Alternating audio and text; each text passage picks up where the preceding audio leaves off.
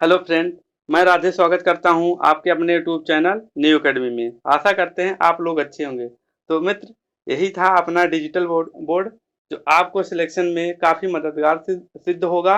मित्र, इस टॉपिक को आप स्किप नहीं कर सकते, इस वीडियो को आप स्किप नहीं कर सकते। अगर स्किप करते हैं तो जो 6 क्वेश्चन आपका प्रीवियस ईयर में आपके एग्जाम में 6 क्वेश्चन यहाँ से आया था, इस टॉपिक से ही अब्बे से आप प्रीवियस ईयर उठा के देखेंगे 6 क्वेश्चन जो ही आया था।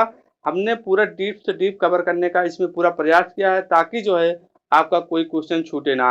ठीक है मित्र, तो हम इस वीडियो में पूरा अव्यय लेके आए हैं। इस वीडियो के माध्यम से पूरे अव्यय के बारे में जानकारी देंगे। मित्र, प्रीवियस वीडियो में हम लोगों ने अव्यय के बारे में सीखा था। अव्यय कितने भेद होते हैं, कितने प्रकार के होते हैं, इन सब के बारे में हम लोगों ने देखा था बेहतरीन तरीके से। आज के इस वीडियो में मित्र हम दो लोग देखेंगे, उनके जो विभिन्न और टाइप बनते हैं उनके बारे में हम लोग कवर करने का प्रयास करेंगे। ठीक है मित्र, वीडियो में लास्ट तक बने रहिएगा मित्र।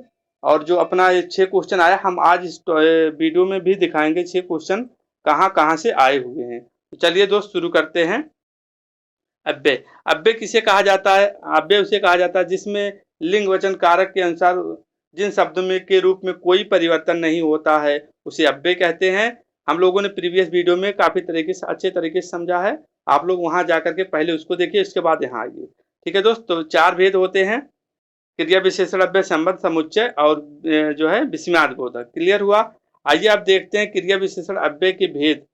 क्रिया विशेषण अव्यय किसे कहा जाता है? जिसमें जो शब्द क्रिया के किसी भी प्रकार की विशेषता बताते हैं उन्हें क्या कहा जाता है दोस्त? उन्हें क्रिया विशेषण अव्यय कहा जाता है। क्रिया विशेषण अव्यय के भेद देखते हैं, हम लोग भेद देखते हैं कितने आधारों पर किया गया। अगर क्वेश्चन पूछता है क्रिया विशेषण अव्यय के भेद कितने होते हैं, कितने आधारों पर भेद होते हैं, तो आप क्या बताएंगे? 3 आधारों पर उनके जो है भेद किया गया है। कौन कौन से हैं? पहला क्या? अर्थ के दृष्टि क्रिया विशेषण अव्यय के भेद कितने होते हैं? तो 4 होते हैं। प्रयोग के आधार पर क्रिया विशेषण अव्यय के भेद कितने होते हैं? तो 3 बताएंगे। रूप के दृष्टि से जो है क्रिया विशेषण अव्यय के भेद पूछा जाता है, तो आप क्या बताएंगे? आप 3 बताएंगे। इसके बाद मित्र आता है अर्थ के अनुसार। हम देखते हैं पहला जो है अर्थ के आधार पर जो है क्रिया विशेषण के 4 भेद होते हैं: स्थानवाचक, कहाँ हुआ, कालवाचक, परिमाणवाचक, रीतवाचक। यहाँ तक हम लोगों ने प्रीवियस वीडियो में कवर किया था। आइए दोस्त, अब आगे बढ़ते हैं। जैसे कि स्थानवाचक। स्थानवाचक क्रिया विशेषण किसे कहा जाता है? जिसमें स्थान संबंधित का बोध हो उसे स्थानवाचक क्रिया विशेषण कहते हैं। जैसे दाहिने हुआ, बाएं हुआ, आर पार हुआ, हर एक तरफ, इधर उधर, पास, सर्वस्व, निकट, समीप, सामने, साथ, बाहर, भीतर, अंदर। ये सब क्या हो जाएगा मित्र? आपका स्थानवाचक क्रिया विशेषण के अंतर्गत ये ऑप्शन आपको देखने को मिलेगा। इसके बाद हम लोग आगे देखते हैं। आगे आगे जो है क्वेश्चन क्या कहता है? दूसरा नंबर आता है कालवाचक। कालवाचक किसे कहा जाता है? कालवाचक क्रिया विशेषण क्रिया के होने का समय को सूचित करता है। इसके भी 3 उपभेद होते हैं: समय बोधक, अवधि बोधक, पौन या पुनः बोधक होता है। देखिए, समय में तो आपको क्लियर हो जाएगा कि इसमें अर्थों, परसों, आजकल, कभी कभी दिया है। ठीक है। अवधि बोधक निरंतर, सर्वदा, ये सब देख रहे हैं आप। पौन में देखिए बार बार हुआ, प्रतिदिन हुआ, ये सब आप देख रहे हैं। तो एक कालवाचक क्रिया विशेषण के अंतर्गत आता है। जैसे जैसे इसका एग्जाम्पल हमने लिखा है, 2 इधर, 2 लिखा, 2 यहाँ लिखा है। जैसे आज राम आज नाच रहा है। आज नाच रहा, लगातार नाच रहा, निरंतर नाच रहा है, कभी कभी नाच रहा, तो क्लियर हुआ, कालवाचक हो गया। परिमाणवाचक आता है जिसमें माप तौल का बोध होता है। जो शब्द क्रिया के परिमाप के संबंधित बात करते हैं, जैसे थोड़ा, बहुत, जी भर, अधपेट, किंचित, काफी, ये सब जो है परिमाणवाचक क्रिया विशेषण के अंतर्गत हम लोग देख रहे हैं। इसमें जैसे मुझे कम टाफी, अधिक मुस्कुरा रहा है, बहुत बोलता है, बूंद बूंद से भरा भरता है, तो क्या हो गया? ये परिमाण को दर्शा रहा है वाक्य में। ठीक। इसके बाद हम लोग आते हैं चौथे नंबर पर, देखते हैं रीतवाचक। देखते हैं रीतवाचक क्रिया विशेषण किसे कहा जाता है? जो शब्द क्रिया की रीत संबंधित बातें बताते हैं उसे क्रिया विशेषण, उसे रीतवाचक क्रिया विशेषण कहते हैं। जैसे दोस्त, ऐसे, वैसे, जैसे, तैसे, सहसा, धीरे धीरे, झटपट, आप, कभी, यद्यप, सचमुच, ये सब जो हैं रीतवाचक क्रिया विशेषण के अंतर्गत आप देख रहे हैं। ठीक है दोस्त। जैसे एग्जाम्पल में देखिए, पुलिस ने अपराधी को जैसे तैसे गिरफ्तार किया, पहला ऑप्शन हो गया। दूसरा है साइकिल धीरे धीरे चलती है। तीसरा है संभव है कि हम आए दिन जल्दी जल्दी ढल रहा है, अचानक हो गया। ये सब किस में देख रहे हैं आप? रीतवाचक देख रहे हैं। अब दूसरा नंबर जो हमने बताया है किन आधारों पर किया गया, दूसरा आधार क्या था? प्रयोग की दृष्टि पर क्रिया विशेषण के भेद पूछता है। तो आप क्या बताएंगे दोस्त? आप 3 बताएंगे। पहला क्या हो जाएगा? साधारण क्रिया विशेषण विशेषण। दूसरा क्या हो जाएगा? संयोजक क्रिया विशेषण। और तीसरा आपका आ जाएगा अनुबद्ध क्रिया विशेषण। क्लियर हुआ? चलिए इसके आगे बढ़ते हैं हम लोग। इसके बाद आते हैं रूप की दृष्टि क्रिया विशेषण के भेद कितने होते हैं? तो ये भी 3 होते हैं। मूल क्रिया विशेषण, यौगिक क्रिया विशेषण और जो स्थानीय क्रिया विशेषण। क्लियर हुआ? इसमें जो मूल में नहीं, फिर, ठीक ठीक, ये सब आप ऑप्शन जो है मित्र आप जरूर इसको नोट डाउन करिएगा, तभी आप जो है पूरा लाभ पा पाएंगे। ठीक है दोस्त, आते हैं अब हम लोग संबोधन में। संबंध बोधक अव्यय किसी का जो अभिकारी शब्द संज्ञा या सर्वनाम के का वाक्य के दूसरे के साथ संबंध स्थापित करते हैं उन्हें संबंध बोधक अव्यय कहते हैं। जैसे धन के बिना संसार में काम नहीं चलता है। लक्ष्मण और राम के साथ वन में गए, या राम लक्ष्मण के साथ वन में गए।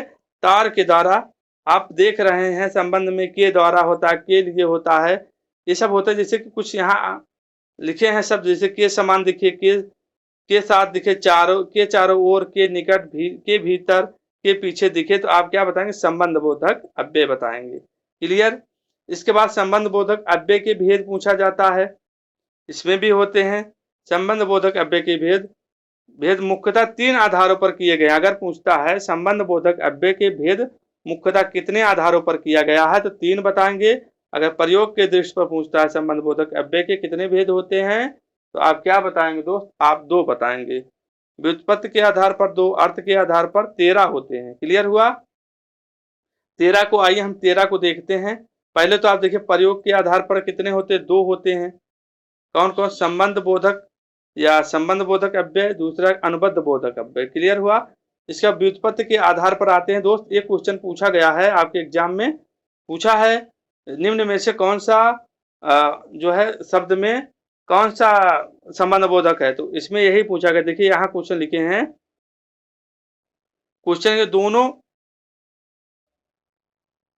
हम दोनों शांत पूर्वक उठते रहते हैं, इसमें पूछा है निम्न में से कौन सा संबंध बोधक अव्यय है? तो देखिए ये मौलिक है, मौलिक संबंध हो, जैसे बिना पर्यंत पूर्वक। क्लियर हुआ? यौगिक में पूछता है संज्ञा विशेषण क्रिया विशेषण, जैसे अपेक्षा, पलटे, लेखे, समान, ये सब जो हो गया आपका विशेषण के समान हो गए। ठीक। अर्थ के आधार पर आते हैं दोस्त, हम लोग देखते हैं अर्थ के आधार पर जो होता है संबंध बोधक अव्यय के कितने भेद होते हैं, पूछा गया है एग्जाम में। कितना बताएंगे आप? 13 बताएंगे। क्लियर हुआ? जैसे आप इधर इसको देख लीजिएगा, इसी तरीके से आप नोट डाउन कर लीजिएगा। ये पूछा नहीं जाएगा, बस यही पूछा जाता है कि संबंध बोधक अव्यय के कितने भेद होते हैं अर्थ के आधार पर, तो 13 होंगे। क्लियर हुआ? इसके बाद दोस्त आते हैं समुच्चय बोधक अव्यय, जिसे संयोजक भी कहा जाता है। यहाँ से भी एक क्वेश्चन आपको आपके एग्जाम में आया था। 2 शब्दों या 2 वाक्य खंडों अथवा 2 वाक्यों को मिलाने वाले अभिकारी शब्दों को समुच्चय बोधक अव्यय कहते हैं। दूसरा नाम इसका योजक भी होता है। क्लियर हुआ? इसके बाद आते हैं, इसके 2 भेद होते हैं। समुच्चय बोधक अव्यय के 2 भेद होते, समानाधिकरण और जो है व्याधिकरण। से संयोजक भी कहा जाता है, इसे विभाजक भी कहा जाता है। समानाधिकरण में 2 मुख्य वाक्यों मतलब संयुक्त वाक्य होता है। एक मुख्य वाक्य, एक आश्रित वाक्य क्या हो जाएगा? आपका मिश्र वाक्य हो जाएगा।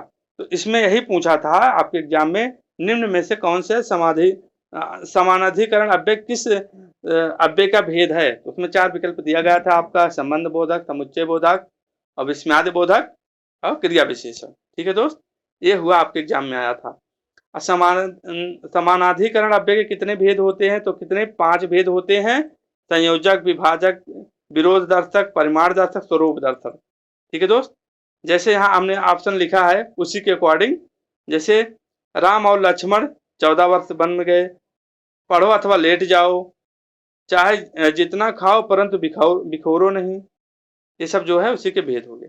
आते हैं। दूसरा क्या है, व्याधिकरण समुच्चय बोधक के कितने भेद होते हैं, तो 4 होते हैं। मिश्र वाक्य की रचना में प्रयुक्त होते हैं, जैसे कि हमने बताया एक प्रधान वाक्य और जो है आश्रित वाक्य होते हैं।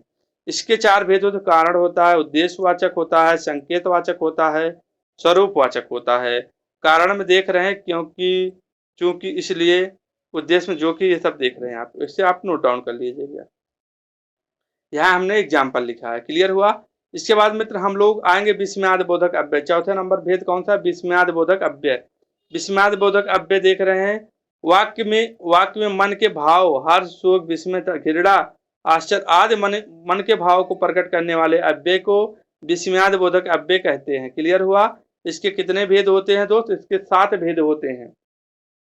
अभी हम लोग देखेंगे, पहले तो ये देख लिए, अरे चलो ये सब जिसमें दिखे आप जान रहे हैं किसमें हो गया। इसके बाद देख रहे हैं इसके कितने भेद होते हैं, विस्मयादि बोधक अव्यय के 7 भेद होते हैं। पहला हर्ष बोधक, जैसे वाह वाह, खूब, शाबाश, हा, धन, जय, हर्ष हो गया। शोक वादक जिसे विषाद बोधक भी कहते हैं, हाय, ओह, आह, काश, त्राहि त्राहि, उफ हो गया। आश्चर्य में देखेंगे, ओहो, क्या, ए, है, वाह।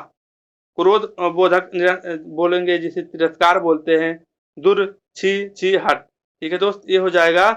स्वीकार बोधक में अनुमोदन की बात करता है, संबोधन में हे हो हरे। क्लियर हुआ। भय बोधक बचाओ बचाओ। इसके बाद आते हैं भाव के आधार पर पूछता है समुच्चय विस्मयादि बोधक के अव्यय के कितने भेद होते हैं, तो 6 भेद होते हैं। विषम या आश्चर्य होता आहो, अरे क्या। शोक या पीड़ा गलान होता हाय, उप। प्रशंसा होता शाबाश, अति सुंदर। चेतावनी होता, ये क्वेश्चन आपके एग्जाम में पूछा गया है, पूछा निम्न में से हटो शब्द में निम्न से कौन से किस भाव को दर्शाता है, तो उसमें चेतावनी था, चेतावनी पूछा था, तो हटो तो क्या हो जाएगा, चेतावनी हो जाएगा। संवेदना हो गया, तिरस्कार हो गया। क्लियर हुआ बात। इसके बाद दोस्त हम लोग आएंगे निपात के पारंपरिक, जो कि निपात कहा जाता है कि अव्यय का भेद नहीं होता है, लेकिन अव्यय का ही एक रूप, अशुद्ध एक रूप है कह सकते हैं आप। तो निपात किसे कहा जाता है, निपात का कोई लिंग वचन नहीं होता है। लिंग वचन में अपरिवर्तित अपना कोई अर्थ नहीं होता है। वाक्य में अर्थ को और अधिक स्पष्ट करने के लिए प्रयोग में किए जाते हैं। ये वाक्य के अंग नहीं होते हैं, निपात अव्यय नहीं होते हैं। क्लियर हुआ इतना बात। निपात के कितने भेद होते हैं, निपात के 9 भेद होते हैं। निपात के कितने भेद होते हैं, निपात के 9 भेद होते हैं। सकारात्मक हाँ जी, नकारात्मक नहीं जी, निषेधात्मक मत खबरदार, और प्रश्नवाचक क्या, विस्मयादि बोधक जो होता है काश, क्या, बलदायक ही जाएगा, जैसे हम कहेंगे आपको चलना ही पड़ेगा, ये सब बलदायक निपात में आएंगे दोस्त। और तुलना बोधक हो जाएगा। इसके बाद क्या होगा, तुलना के बाद क्या हो जाएगा, तुलना का सा हो जाएगा। अवधारणा के ठीक करीब तकरीबन आरंभ बोधक जी हाँ। ये बात इतना आपको दोस्त, इतना आपको नोट्स बनाना ही होगा, क्योंकि इसको आप स्किप कर ही नहीं सकते, क्योंकि यहाँ से एग्जाम में आपको, आपके एग्जाम में यहाँ से क्वेश्चन आया हुआ था। ठीक है दोस्त, तो आप इसी तरीके से इसका नोट डाउन करिए और जो है परिश्रम करिए दोस्त, ताकि जो है आप एक सीट जो है आसानी से अच्छा रैंक लाके अपने ही पड़ोसी डिस्ट्रिक्ट में अपनी ज्वाइनिंग लेकर अपने ही घर पे रहकर अपने और अन्य कार्य को संभालेंगे। बहुत ही आनंद आएगा, बस अभी परिश्रम कर लीजिएगा मित्र। मिलते हैं कल एक और बेहतर क्लास में, तब तक के लिए अपना ख्याल रखना, अपने माता पिता का ख्याल रखना। जय हिंद, जय भारत, वंदे मातरम।